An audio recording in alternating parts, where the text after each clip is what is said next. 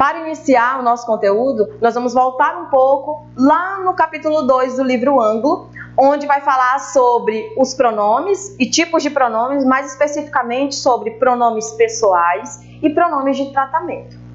Lembrando que pronome é aquela palavra que vai substituir determinado substantivo, e também os pronomes pessoais vão ser divididos em duas grandes partes: pronome pessoal do caso reto e pronome pessoal do caso oblíquo. Os pronomes pessoais, eles se dividem em 3 no singular e 3 no plural. Primeira, segunda, terceira pessoa do singular, eu, tu, ele. Primeira, segunda e terceira pessoa do plural, nós, vós, eles. Já os pronomes de tratamento estão relacionados não só à forma como você deve tratar as pessoas, à forma como você fala com as pessoas, mas também à sua hierarquia, familiaridade, formalidade e demais fatores que influenciam socialmente falando.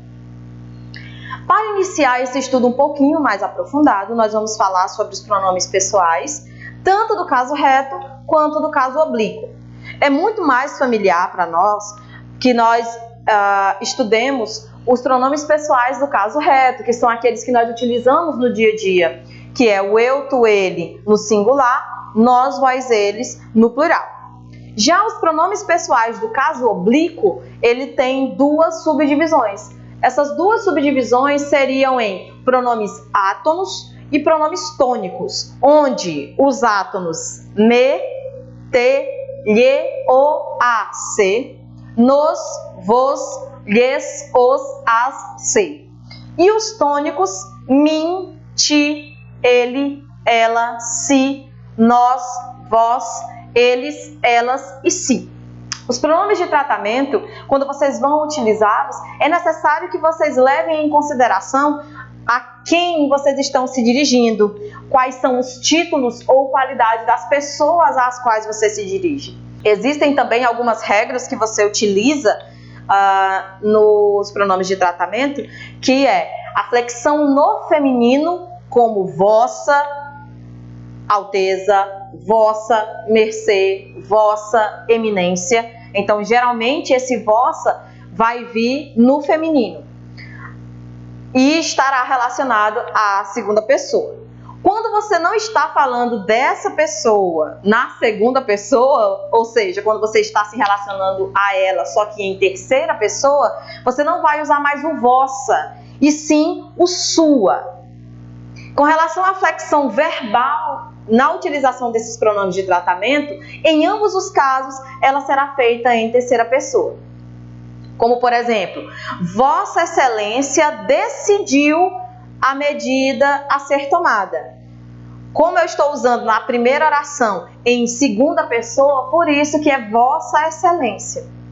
Já na segunda oração eu tenho Sua Excelência, quer dizer que ela está sendo usada em terceira pessoa. Sua Excelência, o presidente, decidiu a medida a ser tomada. Observem que, independentemente de estar na segunda ou terceira pessoa, a forma verbal não se modifica. Continuando. Vossa Santidade é um homem de muita fé. Da mesma forma, eu vou utilizar o verbo na oração seguinte. Sua Santidade, o Papa, é um homem de muita fé. E na última oração, você sabe o que tem para o almoço? Observe que a flexão sempre vai acontecer em segunda pessoa.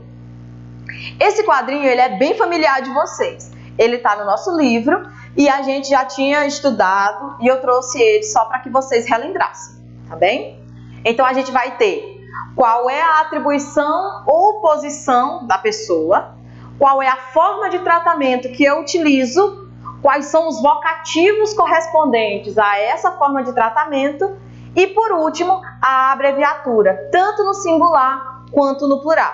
Observemos. Funcionários públicos, graduados, pessoas de cerimônia, eu sempre vou chamar essas pessoas de Vossa Senhoria. Por exemplo, o senhor cônsul, o senhor coronel, o senhor major, e aí ao lado vocês observem a abreviação dessas palavras. As altas autoridades, eu vou chamar todas elas de Vossa Excelência, como é o caso de Excelentíssimo Senhor Presidente, Senhor Ministro, Senhor Governador, Senhor Deputado, Senhor Prefeito, Senhor Marechal. Quando se trata de reis e imperadores, vou chamar de Vossa Majestade ou Majestade. Príncipes e duques, eu vou chamar de Vossa Alteza ou Alteza, né? Vai estar relacionado a altezas. Papa, Vossa Santidade, e o vocativo seria Santidade. Cardeais, Vossa Eminência, que vai estar relacionado a Eminência Reverendíssima. Bispos e arcebispos, eu tenho Vossa Excelência, Vossa Reverendíssima, que é Excelência Reverendíssima. Sacerdotes e freiras em geral, eu vou ter Vossa Reverendíssima, Reverendíssimo Senhor e Reverendíssima Madre. Reitor de universidade, Vossa Magnificência ou Magnífico Reitor. Dando continuidade, nós vamos observar a questão da transitividade verbal. É um conteúdo um pouco mais complicado do que pronomes, porém não tem tanta dificuldade assim. Vamos ter só um pouquinho mais de atenção, porque eles precisam ser observados passo a passo, tudo bem? Então eu tenho, dentro da transitividade verbal, dois tipos de verbos. O verbo intransitivo, chamado de VI, e também tem o verbo transitivo, que ele vai ser subdividido em três tipos. Verbo transitivo direto, verbo transitivo indireto e verbo transitivo direto e indireto. Os verbos intransitivos, como nós já observamos, como nós já estudamos, vocês lembram que ele é aquele que não precisa de um complemento, ou seja, ele por si só já dá toda a informação necessária em relação ao sujeito e o restante da oração. Então, é um verbo de sentido completo que independe de qualquer outra parte da oração. Ou seja, quando eu digo nossos pais viajaram, eu não preciso que hajam informações complementares para que eu entenda qual foi a ação que os pais executaram. Meu pai voltou. Da mesma forma, não preciso de um complemento para entender o que foi que o pai fez. Eu me casei.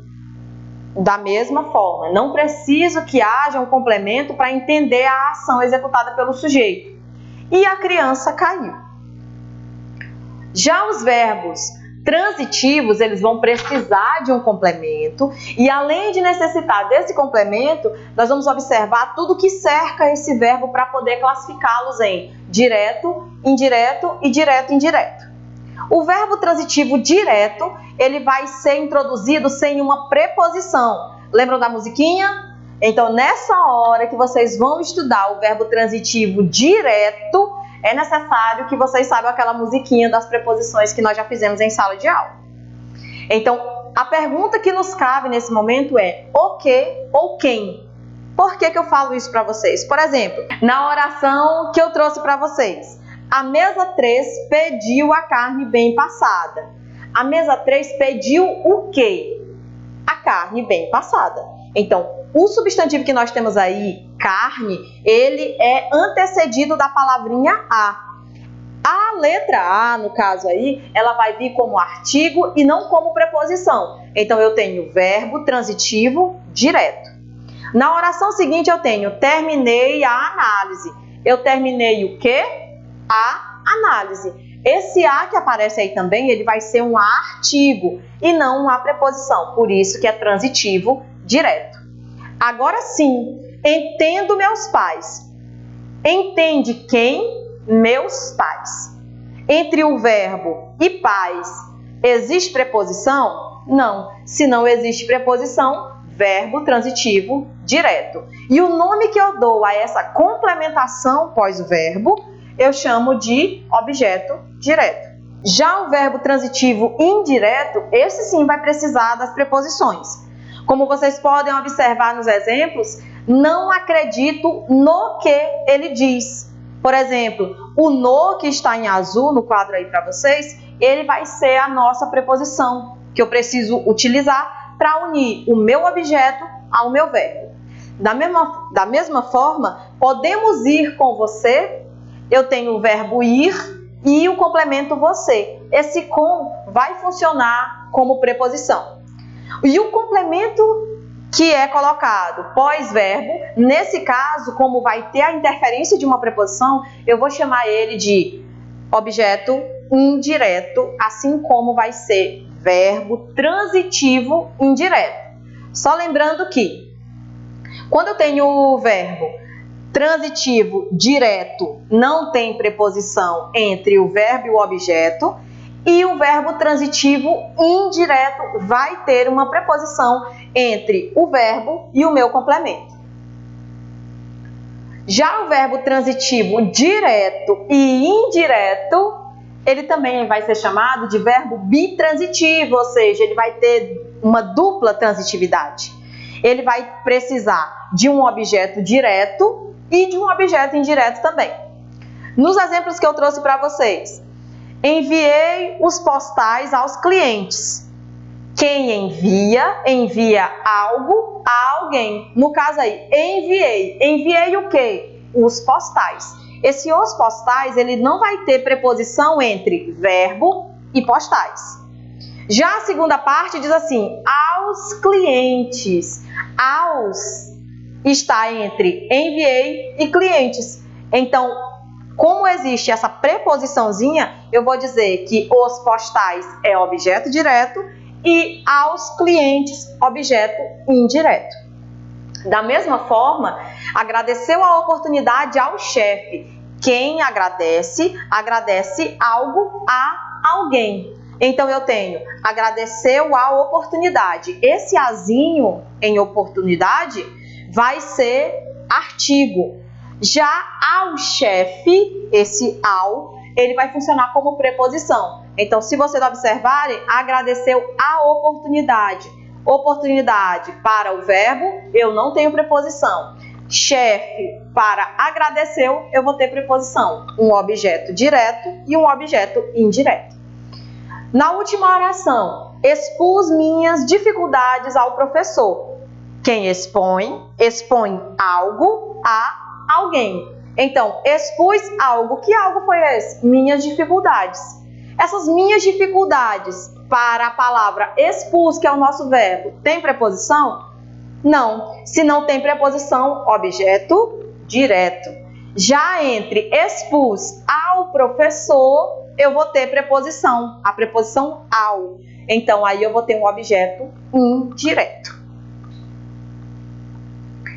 E, como sempre, a gente não pode deixar de passar aquela tarefinha, aquela pesquisa, para que na próxima aula vocês voltem sabendo um pouquinho mais para ajudar durante a realização da nossa aula. Então, para a próxima aula, eu vou pedir que vocês façam a leitura do capítulo 8, porque vai ser o foco do nosso estudo, as leituras das páginas 78 a 80, e eu quero que vocês tragam para mim também, quero que vocês pesquisem, de alguma forma, os tipos de predicado, para que a gente possa conversar um pouquinho melhor para a próxima vez, tudo bem? Muito obrigada pela atenção e até a próxima!